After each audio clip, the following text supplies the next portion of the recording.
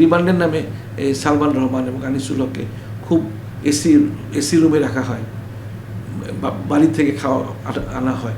Remand হতে হবে transparent গ্লাসের ভিতরে, এইভাবে রিমান্ড চলবে না। কিন্তু শেখ হাসিনা 16 বছর রিমান্ডের নামে যেভাবে গুম করেছে, আয়না ঘরে রেখেছে, আমরা তো সেটা চাই না, এরকম করতে চাই না। আমরা প্রকৃত বিচার চাই এবং এটা যাতে ডিলে না হয়। একটা জিনিস মনে রাখবেন, জাস্টিস ডিলে জাস্টিস ডিনাই।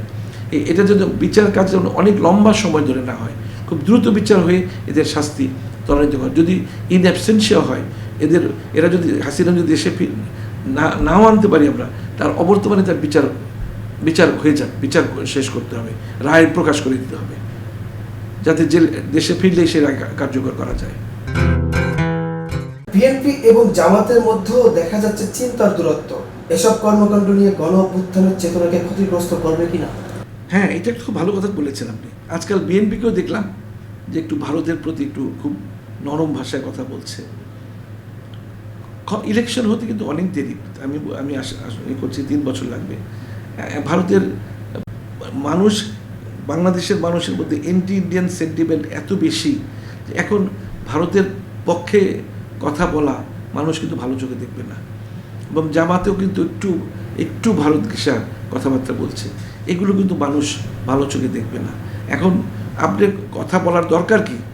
ভারতের পক্ষে কথা বলার দরকার কি? জনগণের পক্ষে কথা বলুন।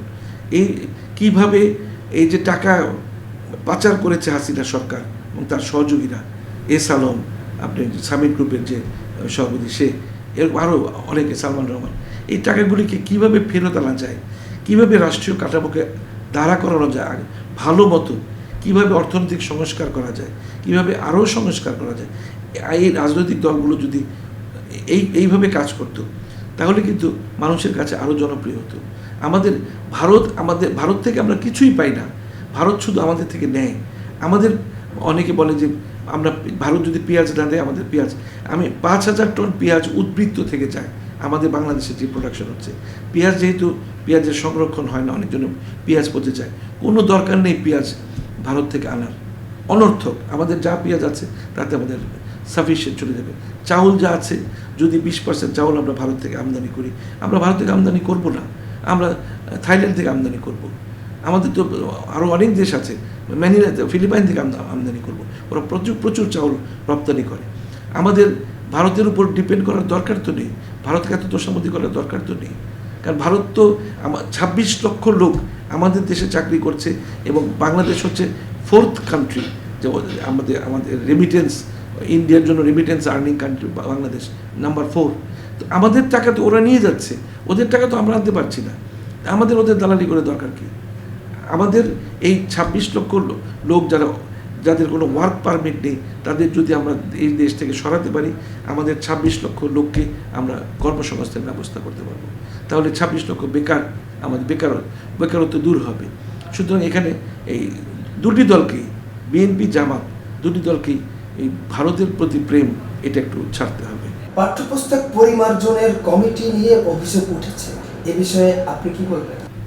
পাঠ্যপুস্তকে গত সরকার যা বসিয়েছিল, এটা অমার্জনীয় অপরাধ ছিল।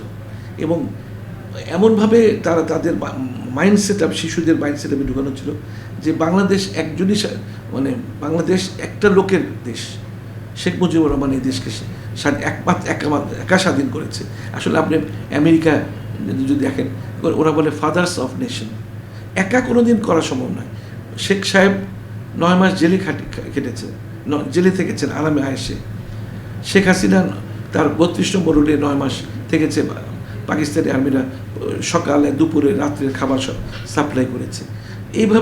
এমনভাবে ব্রেন ওয়াশ দেওয়া হতো যে এরা শেখ মুজিবকে শুধু চিনবে, জাতির পিতা ইব্রাহিম আলাইহিস সালামকে ভুলে যাবে, আমাদের ইসলাম ধর্ম ভুলে যাবে। সেখানে অন্যান্য হিন্দু দেবদেবীদের নাম ঢুকানো হয়েছিল। আরও ছেলেদেরকে মস্তিষ্ক, ইভেন এমনও কিছু লোক ছিল যাকে সেক্স এডুকেশন ঢুকানোর একটা পায়তারা করেছিল, যেটা জাপানে আছে বা অনেক দেশ, থাইল্যান্ডে আছে। আমাদের দেশে তো আমরা ইসলামিক একটা রাষ্ট্রধর্ম ইসলাম, এখানে তো এগুলো একদমই টলারেট করা যায় না। তো আমাদের পাঠ্যপুস্তক যে একটা সংস্কার কমিটি হয়েছে, তাদের মানুষকে সঙ্গে কথা বলতে হবে, গণমানুষের সঙ্গে কথা বলতে হবে, যারা অভিভাবক আছে তাদের সাথে কথা বলতে হবে, এবং তো প্রয়োজন হলে ছাত্রছাত্রীদের সঙ্গে কথা বলতে হবে, তারা কি চায়, কি শুনতে চায়, বিজ্ঞান ভিত্তিক আলো দিতে হবে। তারপরে আমাদের দেশ সম্পর্কে তাদের জানতে হবে, আমাদের ধর্ম সম্বন্ধে তাদের জানতে হবে, আমাদের পরিবেশ সম্বন্ধে জানতে হবে। অনেকে জিজ্ঞেস করলে বলে যে আমাদের 21শে ফেব্রুয়ারি কি, জিজ্ঞেস করলে বলে ওটা আবার কি জানে না, 26শে মার্চ জানে না, 16ই ডিসেম্বর জানে না। এখন নতুন করে শেখাতে হবে 5ই অগাস্ট দ্বিতীয় মুক্তিযুদ্ধ দিবস, এটাও আমাদের কারিকুলামে ঢোকাতে হবে। কারণ আমরা এই যে হাজার হাজার ছাত্র জনতা শহীদ হয়েছে, অনেকে চোখ খুইয়েছে, অসংখ্য আমাদের ছাত্র জনতা অন্ধ হয়েছে, পা কেটে ফেলা হয়েছে। এই 5ই অগাস্টকে তো আমরা কিছুতেই ভুলতে পারবো না। বাঙালি তো খুব তাড়াতাড়ি ভুলে যায়, কিন্তু এই দিবস থেকে 5ই অগাস্ট যদি আমরা দ্বিতীয় মুক্তিযুদ্ধ অর্জিত হলো, আমাদের বিজয় অর্জিত হলো, সেটাকে কিন্তু কিছুতেই ভুলতে দেওয়া যাবে না। এবং এটাকে পাঠ্যপুস্তকে আবু সাইদের ঘটনাকে, আবু সাইদের মতো যে নিজেকে বুক একেবারে হাত দিয়ে গুলিয়ে খেয়েছে, নির্ভীক আবু সাইদের মতো নির্ভীক আমাদের মানুষ তৈরি করতে হবে, এদের মতো দেশপ্রেমিক মানুষ তৈরি করতে হবে। মানুষ করার কারিগর তো এই বই পড়ে তো ওরা অনেক কিছু শিখবে। আমরা একটা অনেক কিছু দেখেছি, মুক্তিযুদ্ধ দেখেছি, 70-এর নির্বাচন, 73-এর নির্বাচন, 75-এর শেখ মুজিবের হত্যা, সব কিছুই দেখেছি, 7ই নভেম্বর দেখেছি।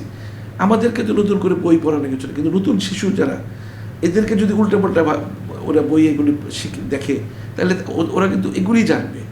সুতরাং ওদের প্রকৃত ইতিহাসটা তাদেরকে জানাতে হবে, প্রকৃত ইতিহাস পাঠ্যপুস্তকে অন্তর্ভুক্ত করতে হবে, যাতে আমাদের দেশের ছেলেরা একটা সুনাগরিক হয় এবং দেশপ্রেমিক হয়।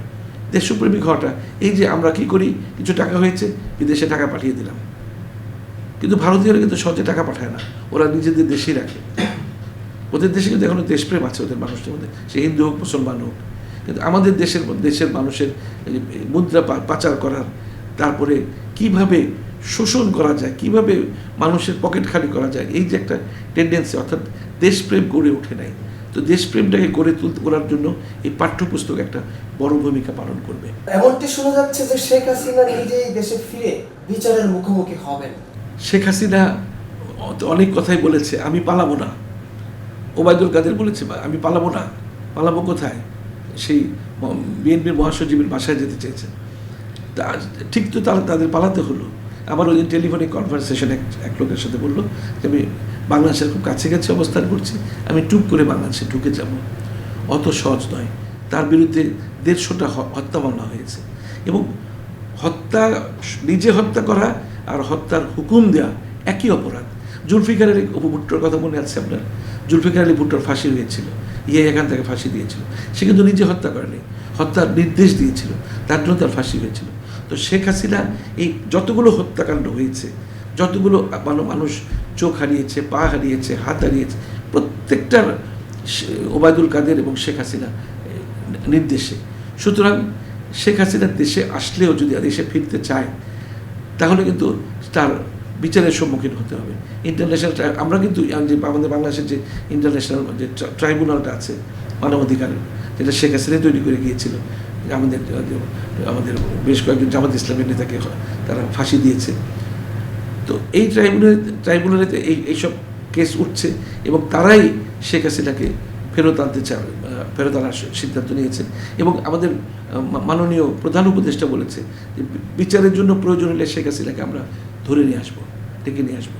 সুতরাং শেখ হাসিনা যে নিজে রাজনীতি প্রধানমন্ত্রী হিসেবে ফিরবে, রাজনীতিবিদ হিসেবে ফিরবে সেটা নাই, তিনি একজন খুনি হিসেবে ফিরবে এবং তার বিচার হবে। এবং এখনও তো অনেকগুলো বিচার বাকি আছে।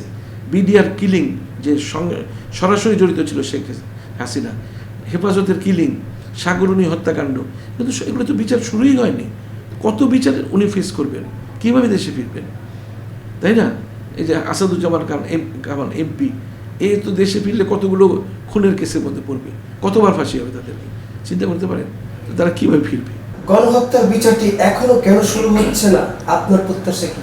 দেখুন, গণহত্যার বিচার খুব যেহেতু এখনো একটার পর একটা হচ্ছে, এটা তো সামানি কোর্ট করে তাদের যদি মার্শাল ল হতো দেশে, যদি সামরিক আইন জারি হতো, সামারি কোর্ট করে তাহলে সঙ্গে সঙ্গে ফাঁসির রায় কার্যকরী করা হতো। যেহেতু দেশে মার্শাল ল হয়নি, দেশে এখনও গণতান্ত্রিক পরিবেশ আছে, মামলা হয়েছে, এগুলো মামলার চার্জশিট হবে, চার্জশিট হওয়ার পরে এদের বিচার শুরু হবে। আর বিচার আমার মনে হয় যে এগুলো হতে হতে 6 মাস লেগে যাবে, এগুলো হতে 6 মাস লেগে যাবে। তবে রিমান্ডের নামে যাতে ফেসবুকে আমরা যা দেখি, সামাজিক যোগাযোগ মাধ্যমে দেখি যে রিমান্ডের নামে সালমান রহমান এবং আনিসুল হককে খুব এসি রুমে রাখা হয়, বাড়ি থেকে খাওয়া আনা হয়। আমি এগুলো আমি জানি না, আমি ফেসবুকে যা দেখি সেটা বললাম।